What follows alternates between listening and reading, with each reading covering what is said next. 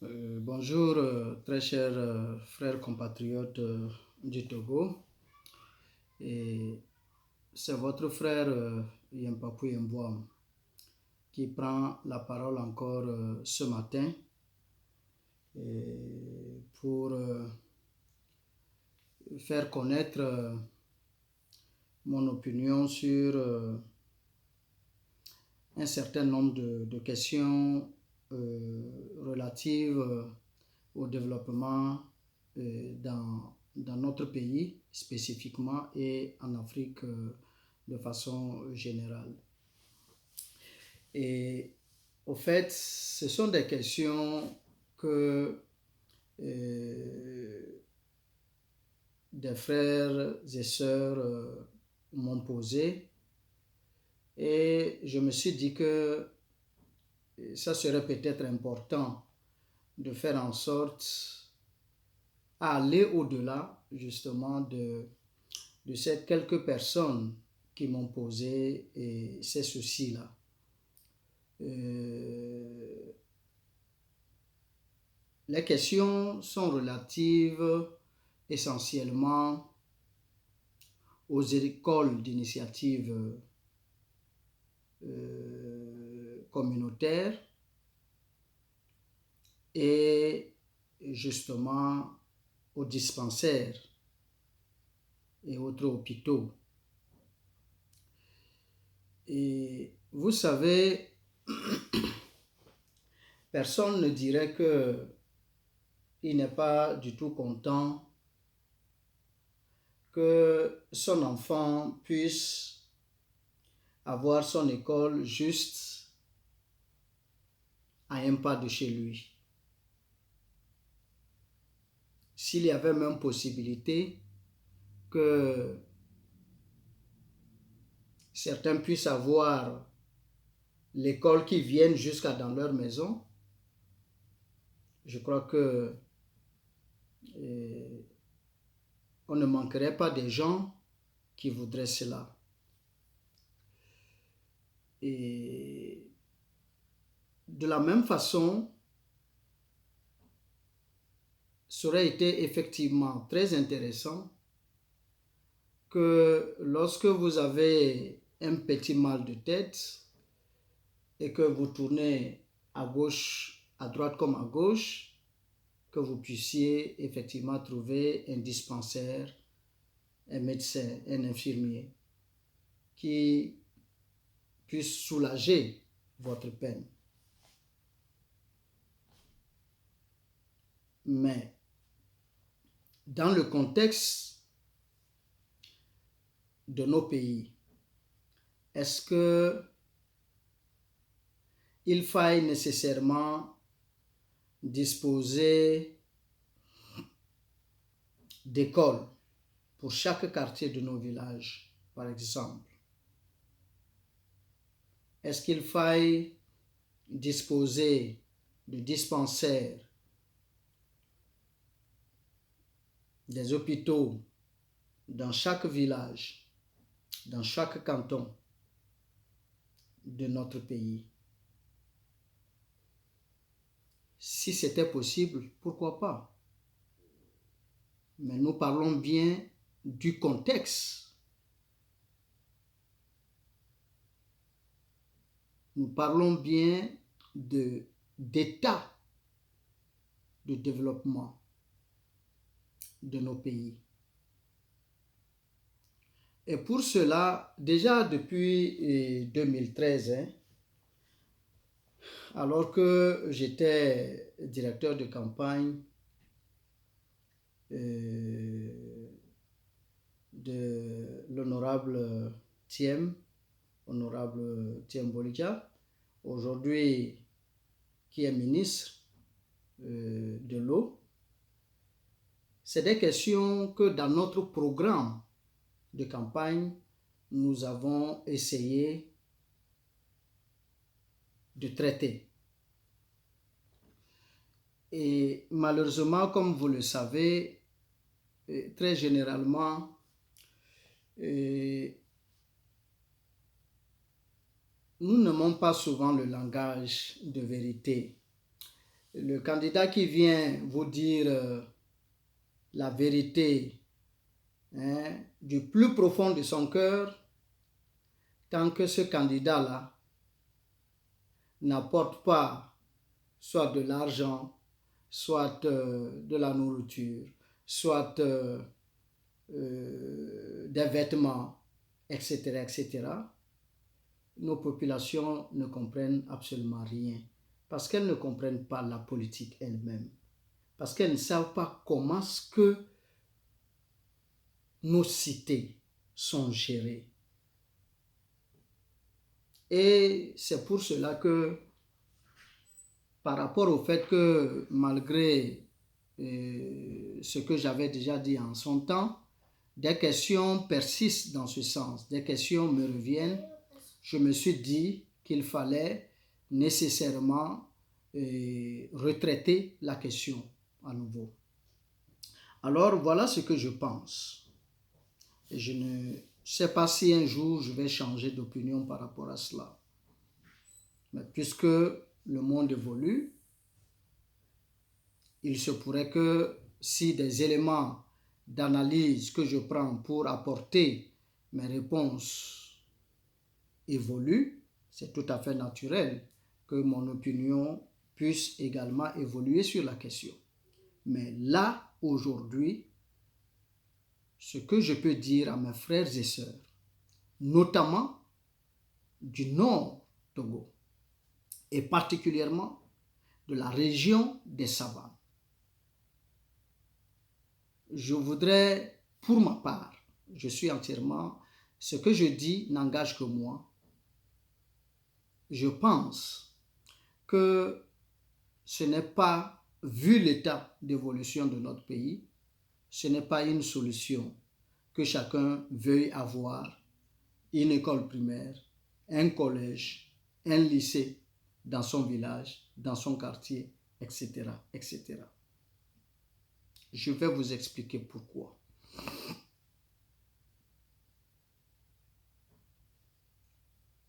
Vous savez, en 2013, j'ai parcouru l'ensemble de la zone électorale qui nous concernait.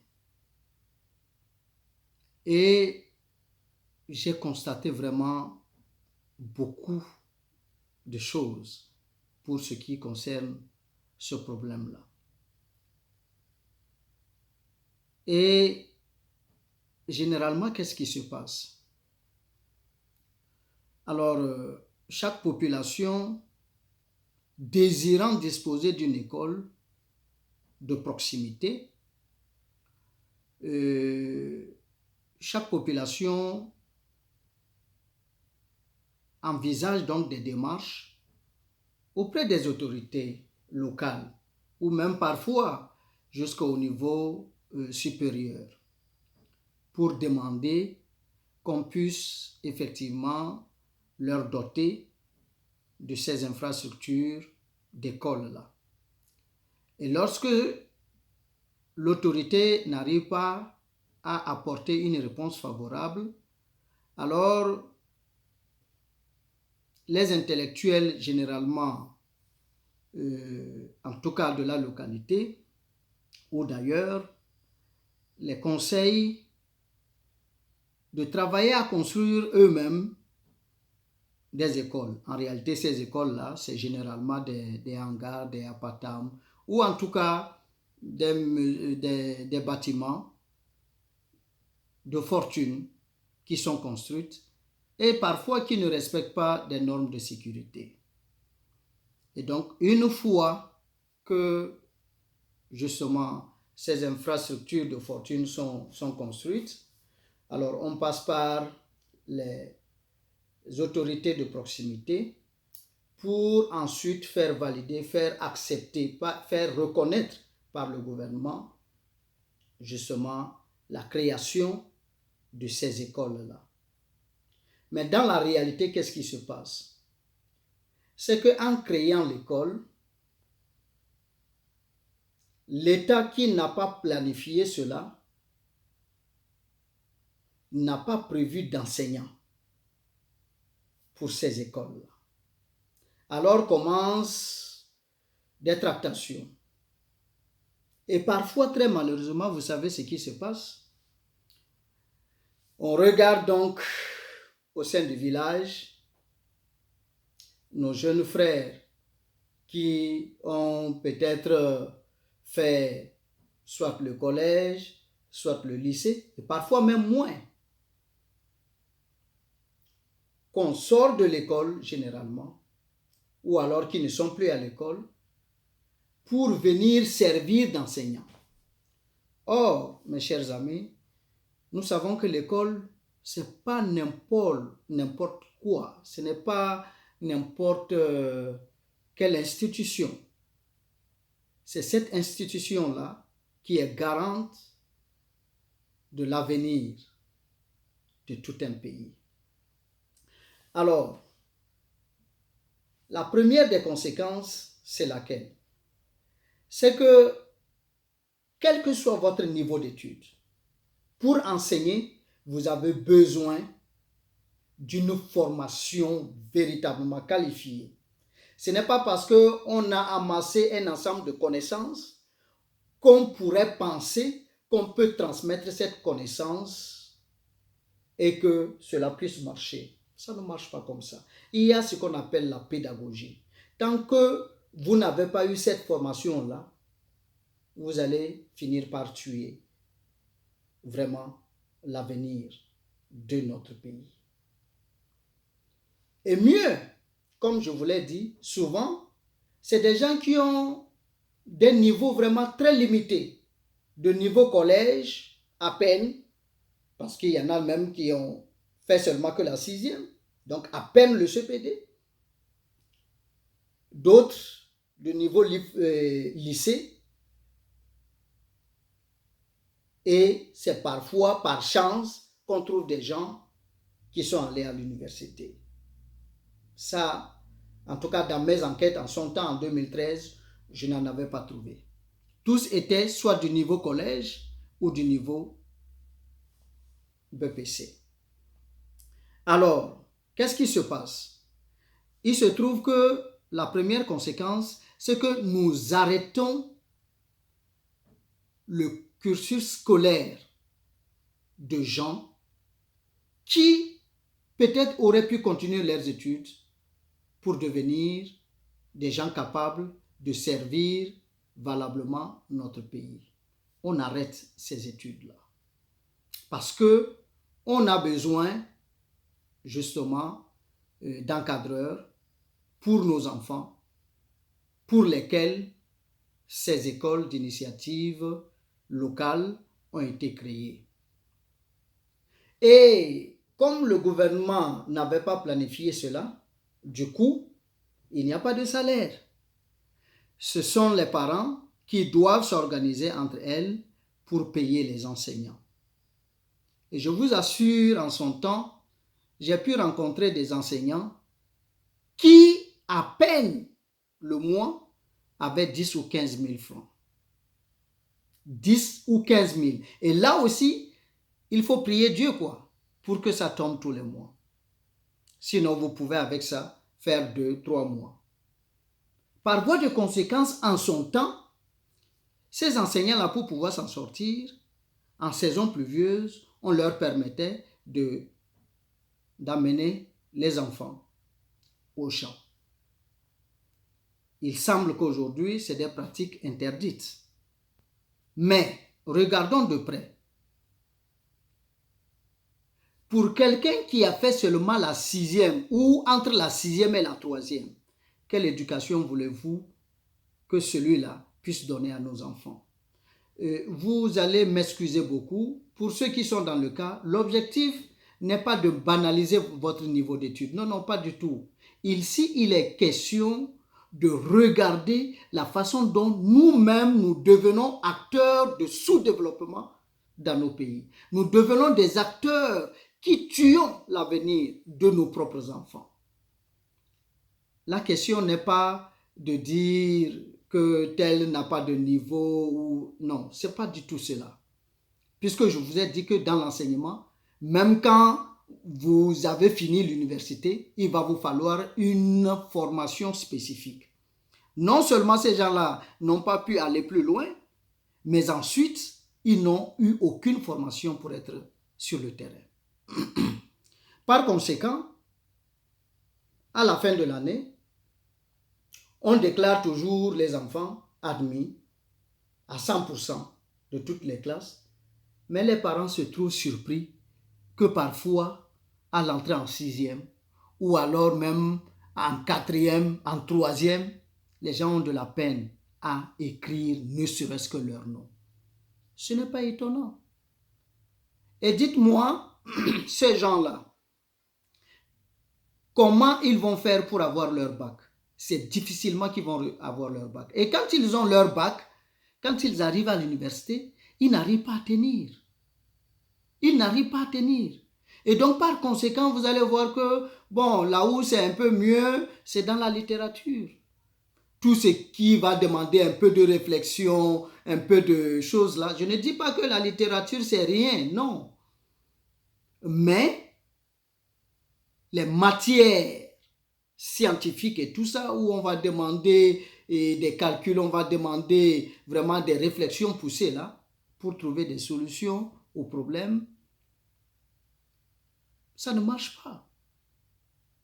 Et donc, nous avons non seulement arrêté l'évolution de ceux-là que nous considérons comme des enseignants, on n'arrive pas à les payer, donc on en fait des cas sociaux.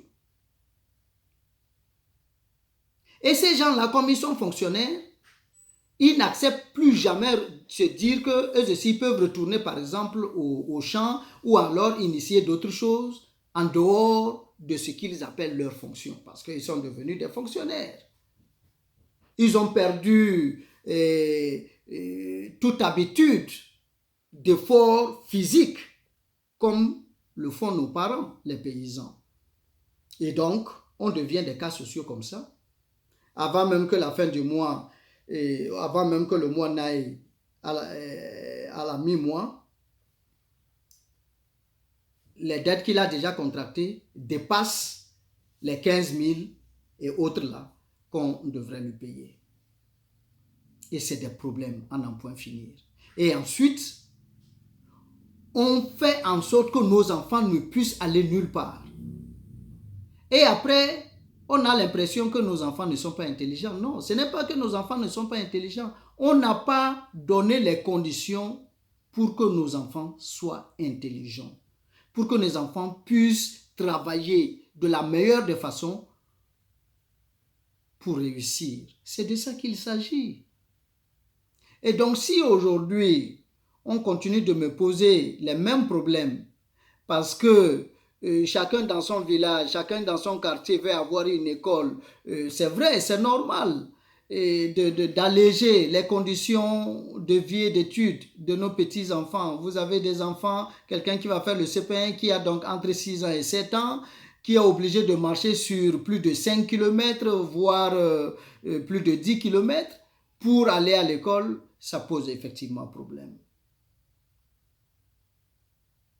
Mais à ma place, en tout cas si moi j'étais à votre place, je vais préférer que cet enfant-là fasse les 5 km, les 10 km pour aller quand même avoir la chance d'être formé par un enseignant qualifié que de le laisser au quartier et de détruire son avenir.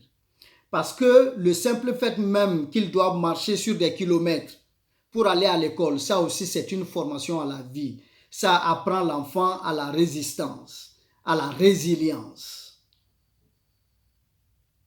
C'est ça aussi la réalité. Et aujourd'hui, le niveau de développement de nos pays ne nous permet pas de demander à nos États d'avoir toutes les infrastructures possibles dans chaque village, dans chaque quartier.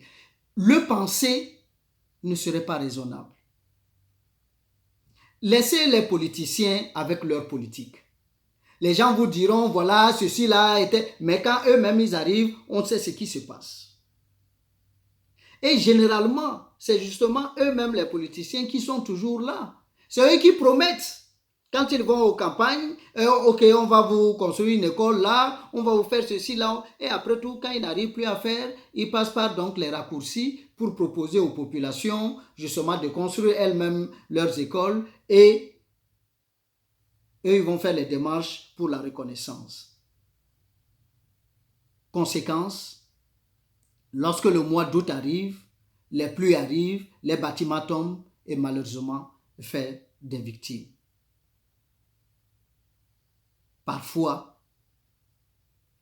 ces villages-là, qui sont d'ailleurs, dont leur école est reconnue, tous les bâtiments tombent, tous les hangars, les vents les emportent et se retrouvent sans école. Comment est-ce qu'on peut évoluer comme ça? Je pense que le gouvernement doit tirer toute la responsabilité par rapport à cela pour encadrer cette histoire-là. Et là, aujourd'hui, en plus de ces problèmes donc de l'école, on vient me poser donc les questions liées aux infirmeries et voilà, etc., etc. Je donne la même réponse. Je donne la même réponse. Je vous en prie, ne nous laissons pas berner par comment on appelle ça, les politiciens. Ils ne disent jamais ce qui est possible. Ils ne disent jamais ce qui est possible. Au jour d'aujourd'hui, à moins que ce soit une ONG que vous avez trouvée, ou alors l'État qui a mis les moyens pour vous construire une infirmerie dans votre village, mais si c'est quelqu'un qui va venir implanter par exemple une clinique dans le village, ça veut dire que c'est un commerçant. Lui, il a investi, il doit travailler à recouvrer son argent le plus tôt que possible. Sincèrement, avec notre niveau de vie là, est-ce que vous êtes sûr que les paysans pourront y envoyer leurs enfants, ne serait-ce que pour des consultations? Ils n'ont pas les moyens, ils ne pourront pas le faire. Alors, par voie de conséquence, vous allez avoir une infirmerie, vous allez avoir une clinique, mais qui ne vous sert pas. Et finalement, ça va accroître la fracture sociale parce que c'est seulement ceux-là qui ont les moyens qui pourront y faire soigner leurs enfants. Donc, je voudrais en conclusion demander à nos frères et sœurs de nos villages de ne pas être pressés, de prier, de travailler dur pour que vraiment nos États puissent trouver les moyens pour rendre la vie facile à tout un chacun. Pour l'instant, en entendant que tout ceci, le développement arrive dans nos villages, que chacun accepte le sacrifice nécessaire. Ne nous laissons pas berner par les questions politiques là, nous allons nous tuer inutilement. Mais pour comprendre ce que je dis, il va me falloir vous expliquer comment le développement fonctionne dans une gouvernance centralisée. C'est vrai, aujourd'hui au Togo, nous avons choisi désormais la décentralisation. Mais la réalité est que tout est encore centralisé. Parce que même dans la gouvernance décentralisée, il y a quand même une centralisation quelque part. C'est de ça qu'il s'agit. Donc, il faut comprendre que le développement fonctionne comme dans une espèce d'évolution en cercle concentrique. C'est comme un cercle. Ça commence par le petit cercle. Donc, le petit cercle serait quoi? Peut-être le chef-lieu. Peut-être, si on va parler du pays, ça commence par la capitale. Si c'est au niveau de la région, on va dire peut-être le chef-lieu de la région ou de la préfecture, etc., etc. Donc, ça commence, si c'est par exemple au niveau du canton, ça commence par le chef-lieu du canton. Et à partir du moment où l'État amène l'école, l'hôpital, toutes les infrastructures d'énergie et tout ce qui l'accompagne, les routes et tout ça, vous allez voir de façon naturelle le déplacement des populations, des localités externes vers le chef-lieu.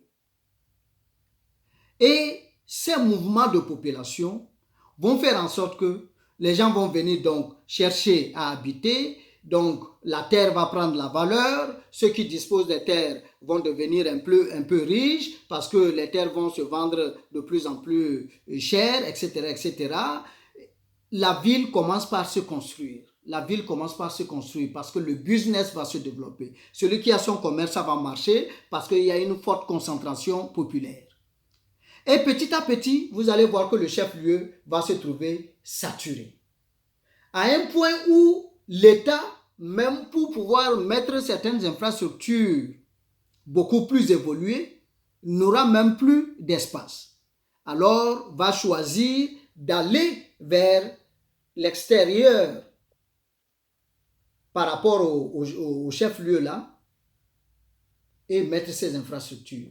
Et donc, vous allez voir que petit à petit, les autres qui n'avaient pas encore eu les moyens de s'approcher, eux aussi vont commencer à s'approcher autour de cette nouvelle localité qui a été choisie. Donc, ça va faire comme ça. Si je vais prendre l'exemple peut-être plus compréhensible, c'est comme Lomé par rapport à Déticopé. Lomé par rapport à Agoué. Vous voyez qu'aujourd'hui, toute la ville de Lomé, il n'y a plus d'espace. Vous ne trouverez même plus un terrain quelque part pour acheter, ne serait-ce que pour une petite habitation. Donc, par voie de conséquence, vous voyez qu'aujourd'hui, même l'État, toutes les infrastructures sont orientées vers Agoué, vers Adéticopé, etc., etc. Vous voyez la zone d'Adidogomé, tout est saturé aujourd'hui. Donc, le cercle va continuer à s'agrandir, à s'agrandir, à s'agrandir, jusqu'à ce que, de façon naturelle, chacun puisse avoir à un moment donné ce qu'il faut dans son village. Ce n'est pas en s'armant de gourdins, ce n'est pas en faisant des trucs qu'on va s'en sortir, non. Je vais vous prendre un exemple très clair. Et ça, je parle comme ça là aux autorités de ma commune. C'est-à-dire que la guerre inutile là, que Korbongou et Luanga se livrent, je dis que c'est inutile. Parce que si les gens comprenaient le sens du développement, non, on allait plutôt travailler à faire en sorte que le centre là, qui est Korbongou, se développe le plus rapidement que possible, de façon à ce que les autres, que ce soit Luanga, que ce soit Safatout, que ce soit Tantoga et tous les autres là, vous allez voir, tout le monde va finir par avoir pour lui. C'est comme ça le développement. Mais quand on laisse ça, on se laisse tromper par les politiciens, ce qui va arriver, c'est ce qu'on appelle le saupoudrage. C'est-à-dire que même pour envoyer l'électricité dans une localité, vous allez voir que dans la localité là, on va aller choisir, vous allez même voir, pour un seul canton, pour un seul village, il y a 3 cantons qui se disputent. Parce que les politiciens ont tout fait pour émietter le village. Un seul village, plusieurs cantons se disputent la propriété. Donc, par voie de conséquence, il y a tel quartier qui appartient à tel canton, il y a tel autre quartier qui appartient à tel autre canton, tel autre quartier appartient à un autre canton. Come on. Ça, c'est la responsabilité du gouvernement et le gouvernement doit essayer de revoir tout ça aussi. Et par voie de conséquence, quand il y a par exemple l'électrification ou bien n'importe quelle autre infrastructure qui arrive dans la localité, c'est la voie des plus forts qui gagne. Vous allez voir, on va commencer même à implanter une infrastructure ici et dans son évolution, on va sauter une localité pour un quartier pour aller quand même approvisionner un autre quartier. Et ça crée des frustrations. Ça crée des frustrations. Et ça divise nos populations à n'en point finir. Je termine là pour dire que les politiciens doivent revoir aussi leur copie pour permettre à notre pays, aux paysans dans nos villages, de vivre dans la cohésion, dans l'harmonie, pour permettre d'apporter ce qu'ils peuvent apporter pour le développement dans nos pays. Donc voilà un peu, j'ai été un peu long, mais excusez-moi, le sujet, je pense, était important pour que je puisse quand même en parler. Merci beaucoup.